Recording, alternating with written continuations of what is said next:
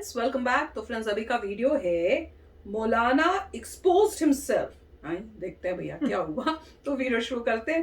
Video शुरू करने से पहले अगर आप चैनल पर नए हो और आपने अभी तक सब्सक्राइब नहीं किया है तो जल्दी से पहले सब्सक्राइब के बटन और बेल आइकन को क्लिक कर लो ताकि आपको हमारे सारे न्यू वीडियोस का नोटिफिकेशन मिल जाए जैसे हम अपलोड करें। अगर आपको वीडियो पसंद आता प्लीज लाइक एंड शेयर। चलिए शुरू करते हैं। मैं तो मुसलमानों को अच्छा ही समझता हूँ, लेकिन इस्लाम में मुझे काफ़ी प्रॉब्लम नज़र आता है। अब जहाँ तक बात है कि ये जो डिस्ट्रॉय करना है दूसरों की इबादत गाहों को या आइडल्स को, अगर हम इसको इस्लामिक पर्सपेक्टिव से देखें तो आपको मिलेगा कि हज़रत मोहम्मद साहब जो है, जब उनसे सवाल किया जाता है कि आप कौन हैं, तो वो कहते हैं मैं नबी हूँ, आप किस लिए भेजे गए। तो उसमें एक चीज़ जो वो कहते हैं जो उनकी ज़िंदगी का मकसद है वो मैं आपको बता देता हूँ।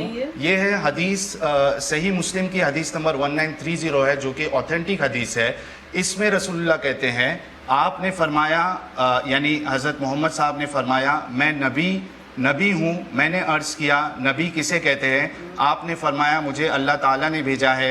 मैंने अर्ज़ किया कि आप सल्लल्लाहु अलैहि वसल्लम को किस चीज़ का पैगाम देकर भेजा है, किस चीज़ का पैगाम देकर भेजा है अल्लाह ने? ये सवाल किया उनसे।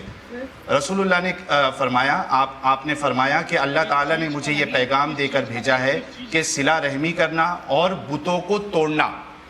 अब इसमें देखिए कि रसूलुल्लाह को जो पैगाम देके भेजा गया था उनका नहीं, लेकिन साहिल भाई ये बात आज की तारीख में जो हम चर्चा कर रहे हैं उससे कैसे कनेक्ट हो रही है, ये समझाइए। आपको इस तरीके से इसको देखना है कि क्या ये पॉसिबल है कि किसी के हाथ में अगर पावर है और अगर वो इस्लाम को बहुत सीरियसली लेता है, उसकी टेक्स्ट पे अमल करता है, तो ये पॉसिबल है कि वो ये जो टीचिंग है वो हज़रत मोहम्मद साहब की जो टीचिंग है, जो उनका पैगाम है, वो उस पर अमल कर रहा है। देखिए सुशांत, सबसे पहले जो क्या नाम है उनका, जो भी बैठे हुए हैं रेड शर्ट में बैठे हुए हैं, खारिज इस्लाम जो है, उनको जो है मैं बता देना चाहूंगा, रसूल करीम सल्लल्लाहु अलैहि वसल्लम ने काबे से 313 बुतों को निकाल कर फेंका और ये सारी उम्मत को दर्ज दिया कि खुदाए वाहिद की इबादत करो, खुदा की जात में किसी को शरीक मत करो। ये ही ईमान से हम मुसलमान बनते हैं। लेकिन किसी की इबादत गाह में जाकर वहां से बुते निकाल के फेंकने का हुक्म इस्लाम नहीं देता। रसूल करीम सल्लल्लाहु अलैहि वसल्लम ने काबे से 313 बुतों को निकाल कर फेंका।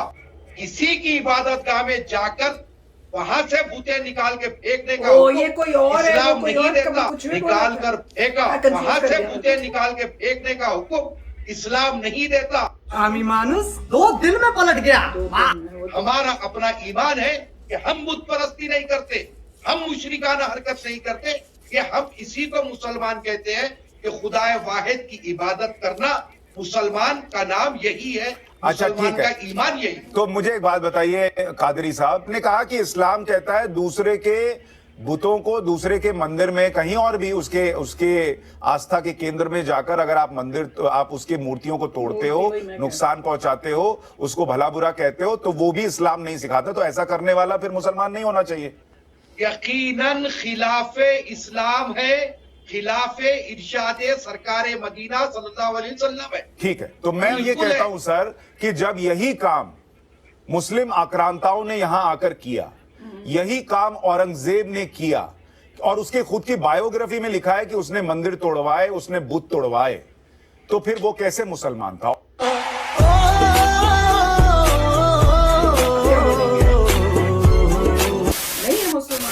सुशांत भाई, ये तो जो अभी साहिल भाई ने बोला, इसमें कोई दोराहे नहीं है। अब आप चाहे जितनी भी डायलॉग बाजी कर लें कि वो आदमी मुसलमान नहीं होता, हम उसे मुसलमान नहीं मानते, ये तो बड़ा आसान तरीका है हम लोगों के पास। किसी को भी डिबेट में बैठ के बोल दिया हम उसे मुसलमान नहीं मानते।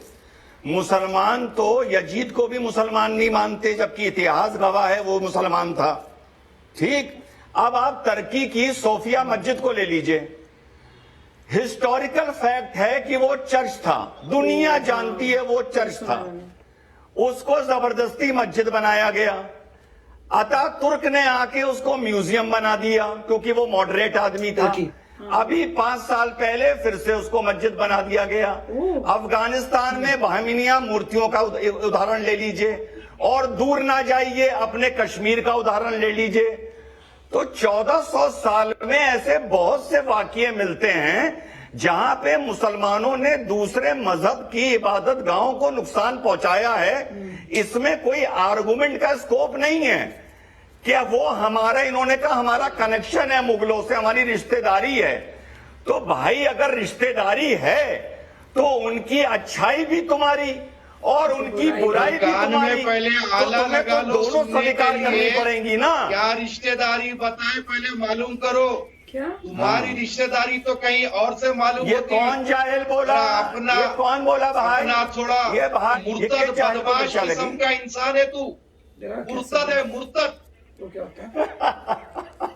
कितनी वो तो उस टाइप से करने लगता है। कादियानियों का चमचा है कादियानी। क्या ज्यादा सच पैसे बोल की दिया? बुनियाद पर इस्लाम के खिलाफ क्या होता है। ज्यादा सच बोल दिया?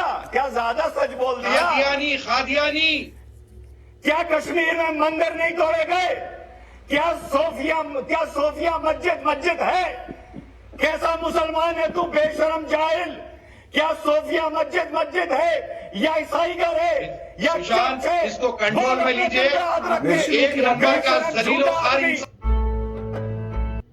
तो friends, oh my gosh, it was shocking. सच्ची बता रही हूँ, इनकी बातचीत सुन के ना, देखो बात चल रही होती है, जब ये बोलते हैं जो मौलाना थे तो सब सुन रहे होते हैं, कोई बीच में नहीं बोलता।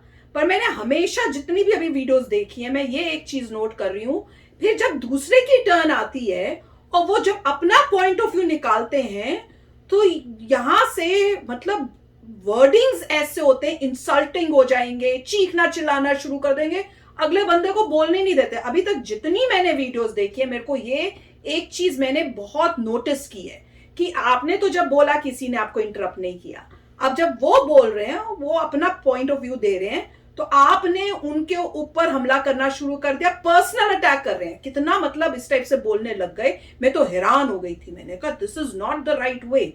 मतलब जब आर्ग्यूमेंट में जब कोई हारने लग जाता है बेइज्जती थोड़ी तो करोगे आप।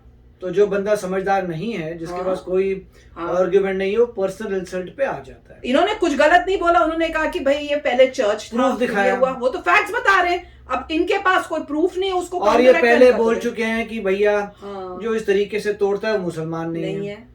और यहाँ पे सारे वो हिस्ट्री यही दिखा रही है कि सारे फिर ये पता नहीं चला उन्होंने रिस्पॉन्ड क्या किया औरंगजेब हाँ, का, फिर वो- औरंगजेब की उसका पता नहीं चला। तो वो बेसिकली interesting क्या था है, बिल्कुल। मेरे ख्याल से उनका कोई आंसर नहीं था इस बात का। बिल्कुल यहाँ वो फंस गए क्योंकि उन्होंने स्टेटमेंट दे दी, और उसके बाद जो है जब दिखा, उनको एक्चुअली उस वक्त ये बोलना चाहिए कि जिन जिन लोगों ने किया है वो ट्रूली जो है वो अपने फेथ को फॉलो नहीं कर रहे थे। Simple as that. वो पता नहीं क्यों नहीं बोला। उनको बोलना चाहिए जिसने ऐसा किया उसने अपने फेथ को फॉलो नहीं किया। हमारा फेथ तो ऐसा कहता है अगर तुम नहीं करते तो तुम फॉलो नहीं कर रहे। End of story. बस ऐसे नहीं ना, पर वो ये नहीं बोल रहे। वो मुझे लग रहा है उन्होंने पहले तो बोल दिया कि नहीं अलाउड होता कि आप किसी और की वर्शिप की प्लेस को ऐसे करो, फिर एक तरफ लग रहा था कि उसी को सपोर्ट कर रहे हैं ये। तो इनको खुद ही नहीं समझ में आ रहा कि है क्या, और दोनों में मिक्स हुए हैं। और ठीक इधर है, से उधर मतलब कर देखिए, रहे हैं। मतलब गर्मा गर्मी हो गई थी, मगर जो नहीं, पर मुझे लग रहा है दूसरे कि भाई साहब से उन्होंने बोल दिया था मौलवी जी को हाँ, कि आप जो है आपको इतनी इंफॉर्मेशन नहीं है, आपको नॉलेज नहीं है।